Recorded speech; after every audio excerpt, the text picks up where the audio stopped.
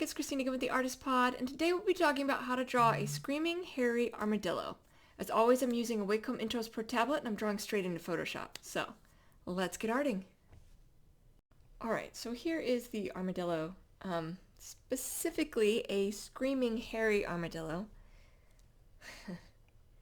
So, we're going to start just by filling in the gray. So what I'm going to do here, they have a lot of I don't know, armor, plates, scales, whatever you want to call it, kind of on the top. When I do highlights, I'm going to be highlighting each of these individually. But what I'm going to do in the meantime is I'm going to fill in this whole thing as shadow. So I'm going to go ahead and do that. So the way I do that is light pin pressure, right? So technically the scales start right through here.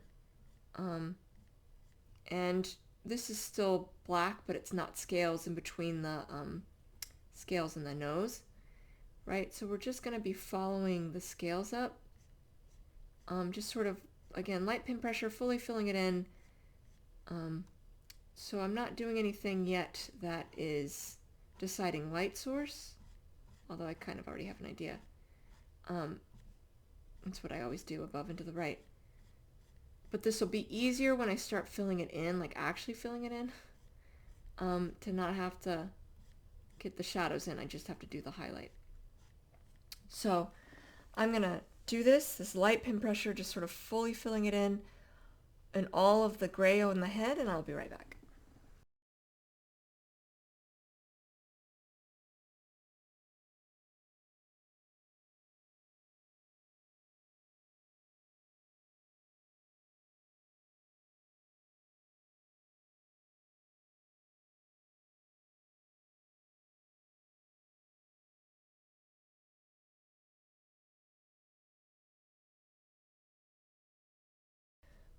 I am going to go ahead and get the other gray in place. So I'm going to have some gray on the back of the ears. And this wouldn't, you might have some small scales, but not the scales to the same extent that we certainly did on the, forehead. That comes down, and then it's going to transition to like brown, tan, whatever you want to call it. Right, so we'll have that coming down to there, and then the same on this side.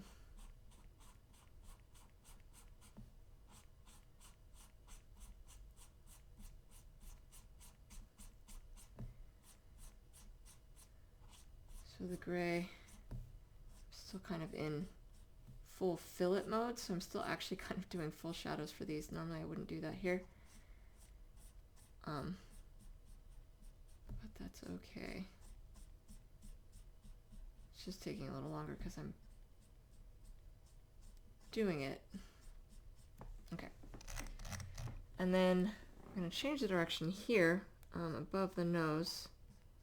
I'm going to have some black coming down, or gray about here. And then the same thing on this side, coming over and rounding out. I didn't do a good job of rounding it, but rounding over. Right, fully pushing it, and then changing the direction again for the nose. This will actually be, in theory, a good way to separate it. To separate the different sections before we get to adding in the highlights and shadows. Their noses are shaped a little bit like a dog's from what I could tell. I didn't do a good job of sketching that out. In fact, if anything, it doesn't quite. I was just trying to give it that little bit of a look to it. Where you have that nostril pushing in with the gap over top, and then underneath it flaring out. And then the same thing on this side, right? You would have nostril pushing in, and then, down here on the bottom, it flaring out. And then you edge of the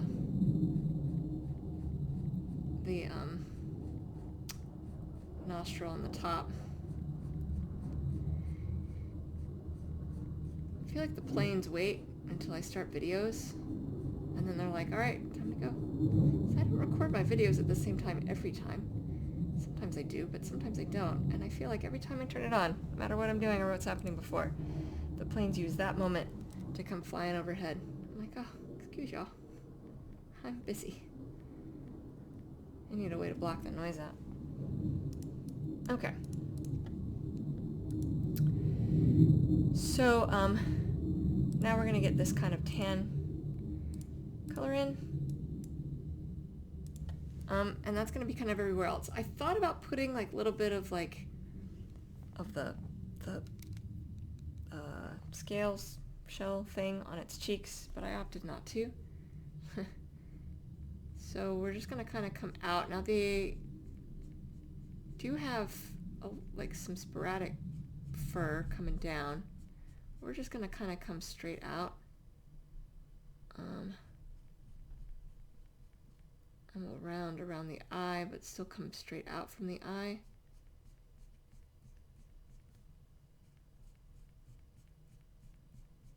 Right, and then down here, you know, we'll again just sort of come straight out. Because it's hairy, we don't have to worry about the edges. Not like, you know, we don't have to worry about being like perfect on the edges. If it comes off, we can account that for the bits of hair that it has. So it's no big deal.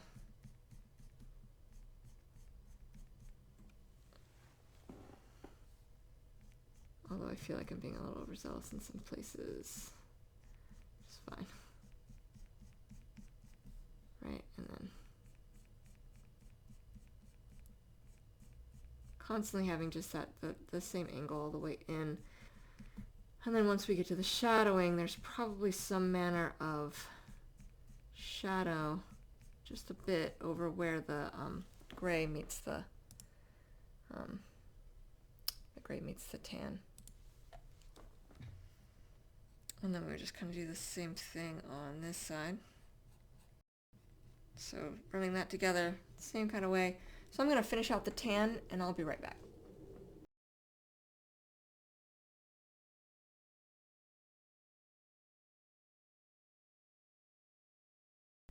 I'm going to have the light source coming from above and to the right. As always, that means above and in front of. Right, not beside, not behind or next to. So we've already kind of done the shadows. So this should make this a little easier. We still have to consider where highlight would transition over to shadow, but on every individual like little spot, we're going to give it just a little burst of highlight. Now normally, and then tapering off on the edges. Normally I would back off my pin pressure for this, but I am going to still put some pin pressure here to do this instead of what I usually do, right? Still being kind of mindful of how overall highlights and shadows are working, right? So not a whole lot of like true edges except at the top, but you do have like the lip of the scales themselves potentially going into a little bit of shadow as it dips down. So as I take that off, right, we'll start seeing that really develop. This would still be highlight, so keeping in mind, you got to keep in mind the overall like reach of what's turning and where it would be turning. Right, so you probably have highlight through, well, maybe to here. This would go into shadow. This might all still be highlight on top. Just usually where eyes are, I leave it as highlight. It helps highlight the eyes. But having that edge go into shadow as it goes closer to that edge, making sure it really dips down.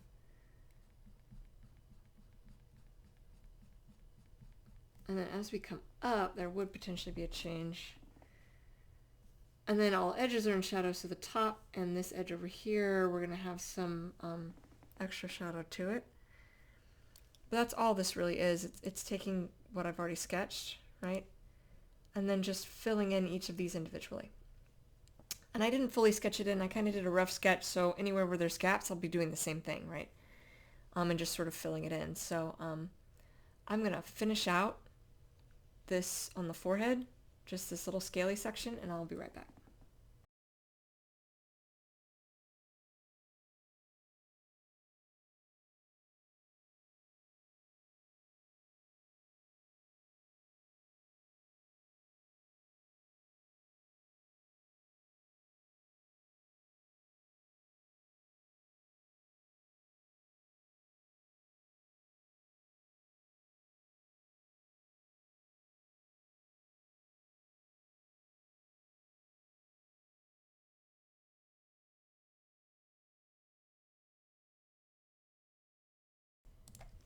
All right. So we have that, and now I'm gonna get just this little bit down here, which I think I did on another layer. Yeah. Right. So this would all kind of still be highlight, a little bit of shadowing up where it's actually transitioning under the plates here, and then back into highlight over here. And that's going to blend into the tan. And then over here, we're probably beginning the process of going into shadow as the face rounds away. Right, so we'll give some of that, some shadowing there, and then we'll do the nose. I'm going to do all these on different layers. Right, so the nose.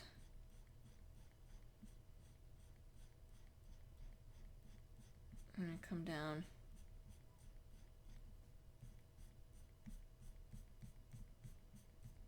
Changing a little bit of what I did because I didn't quite make it a good shape. That should help in theory. Underneath, you're going to have where it catches some light. We're going to have this come across. And this would all be in highlight all the way at the edge as well.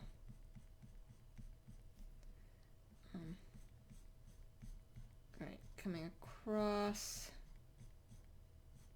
And then as we work our way over, starting to back off the pin pressure of the nose.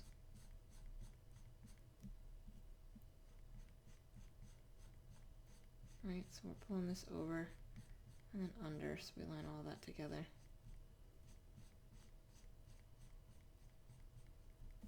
And then underneath,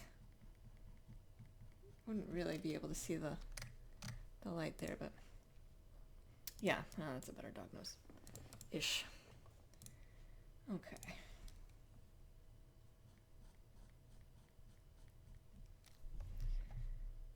Now, we'll get the ears later, so now we're going to jump into the tan color.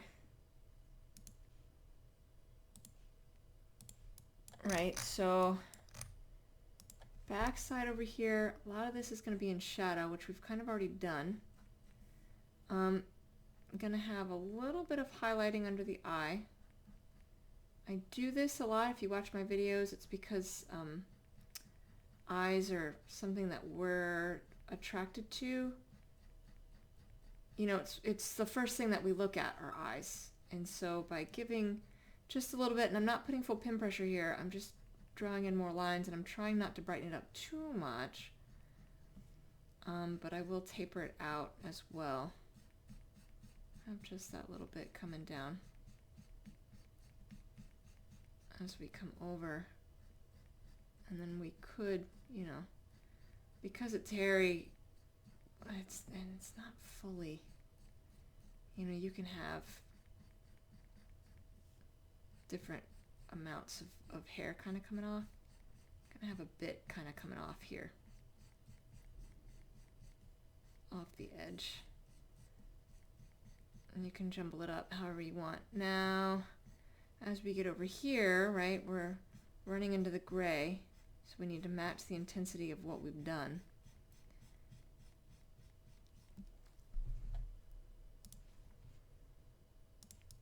Yeah, that's blended in better, right? Like you can see that.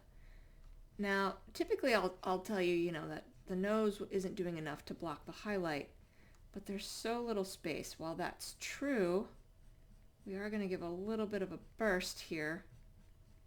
It also is so little space we can't do much with it, except just a little bit. Again, I'm still doing very light pin pressure, in part because I've kind of half done the shadows already. Just makes it a little easier. I don't have to think about shadowing something if it's already shadowed. A little bit more work on the front end, less work on the back end, right? Okay, and I'm gonna give just where there's some gaps, some love there, and then on this side, kind of the same thing in this little space, right? We still have very little space to work with in this gap. And then, you know, as we come over, all edges are in shadow, matching the intensity of the gray with our tan here. Potentially having some shadow from the scales or whatever, and then pushing it out like we did on the other side, you know, where you have some hair coming out. I'm doing this in light pin pressure, but take this back off. Well, I put it on when I'm uncertain, like I need to make sure a line is good, and that's true by the eyes. That's kind of why I left it on. So if I get this in, I can take it back off. And then, you know, rest of this we're doing with just more lines, not more pin pressure. So once again, filling this in now. And keeping in mind, right, all edges are in shadow, so there's some amount of like edginess that happens here. All right, and then finishing this around. So having these bits of hair come off give it the impression, right, it's hairy, but you can still see the edge of the armadillo, so that it's not fully hairy. Some of it is, you know, skin. And then I'm going to blend this in a bit better. Now, ears, pretty straightforward, right? This ear is turned towards the light source, so some of this would be in highlight. But it's going to quickly be going into shadow. As you come down. So it's kind of on this edge, and then I'm immediately starting to fade back that shadow because it's rounding down and into the ear where that would disappear. Again, I kind of already did the shadows on it, so I really just need to blend this in with the shadows I've drawn. So it makes this back end of it a little easier, right? So then on this side, you probably have a little bit catching the light, but not as much. And you are going to have a shadow cast from the edge here. And it's not going to be all the way at the edge of the ear. Be kind of more towards the middle because it's rounding in a certain way. I don't think that the light would be catching there,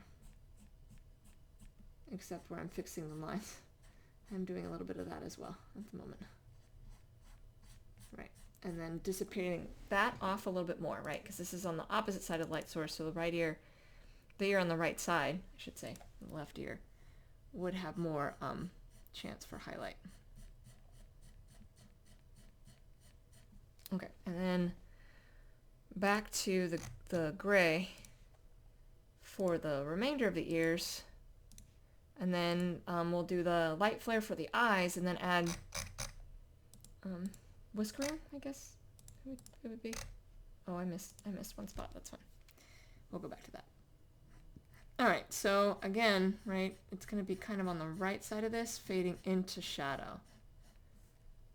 Right, so on the right side of this, you have the edge of the ear, but as that rounds away from the light source, I'm going to fade off our lines, you know how many lines we're using, and pin pressure and all of that as it goes into shadow on the back side. Once again, fixing my lines there. They're a little rough. And on this side, that highlight is more weighted towards the back, but not fully on the back because all edges are in shadow.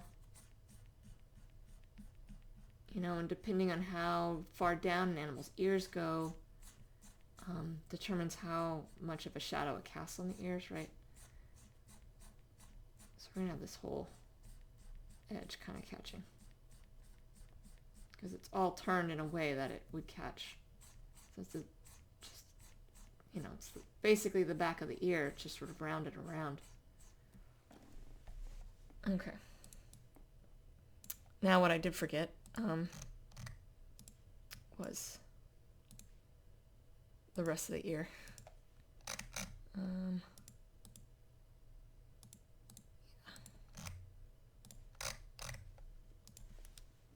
Up here.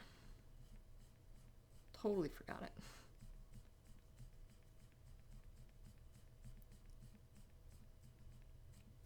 And then over here. Because it would, just like the gray, it's not far down enough, so it would be catching light. Okay. Now.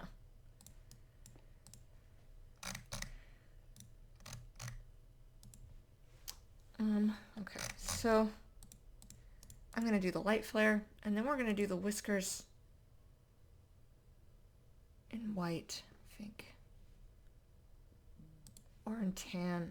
I haven't decided. Okay, so for this light flare, I'm going to draw like a little teardrop shape.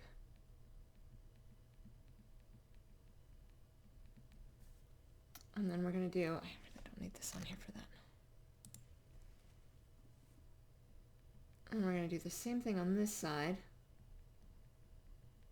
Slightly different angle because, well,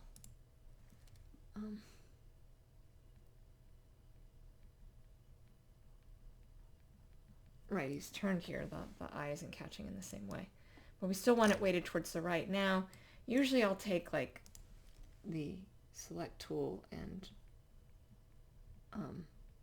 draw out fur, and we're still going to take the select tool, but instead of fur we're going to draw out more of like how the scales would come, right? So I'm going to take the lasso tool here, and we have the scales coming up and coming up and coming up, and so we're just going to trim that out with that harsh edge so that it looks like that's casting the shadow on the light, so that, you know, it's basically a smaller light flare. Should be. Kind of looks like it might be a little bigger, in which case I'm going to trim anyway.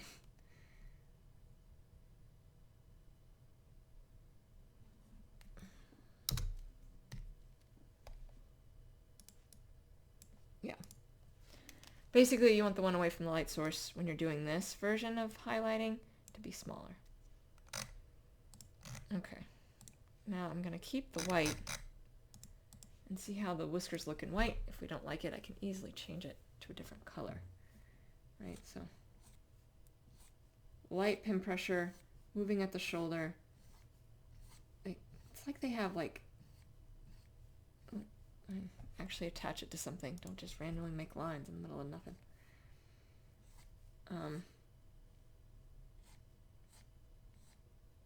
It's like they just have this extra like weird whiskery fur, which is kind of cool. Not a lot. You just kind of want a few, although I feel like distinctly the left side has longer ones than the right, so we're going to push this out a little bit. Some of it is I'm running up against space. I think I have more space on the other side. Maybe my angles are different too. So anything you do on one side you want to do on the other. It doesn't have to be exact, but like if I have a whole bunch, you know, weighted down, then I want a whole bunch coming down. If I have a whole bunch up top, then I want a bunch coming up top. So always kind of balance it that way. Light pin pressure, when you do it, I always draw out the shoulder. And there we go. There is a screaming hairy armadillo. Alright, so that's how you draw a screaming hairy armadillo. I hope that's helpful. In the floating nether next to me I have other videos of art tutorials I have done, and I will see you all soon. Thank you so much. Take care.